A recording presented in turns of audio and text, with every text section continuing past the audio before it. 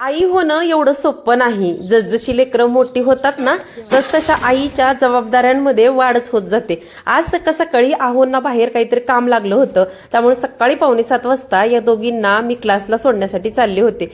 कृष्णाला जाता जाता क्लासला सोडलं आणि तिथून 1 किलोमीटरवरती दिदोचं क्लास आहे, मग तिलाही क्लासला सोडण्यासाठी गेले.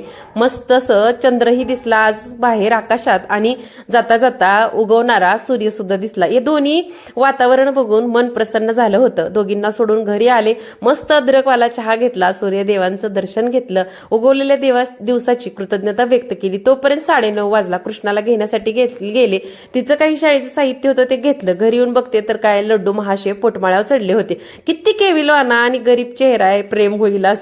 त्यानंतर दुपारी मस्त असं आम्ही हे आईस्क्रीम एन्जॉय केलं. संध्याकाळी इथं गुशीनं मोठा खड्डा खाणला होता, तो मुरुम भरून सगळा बाहेर नेऊन टाकला. असा आजचा माझा दिवस.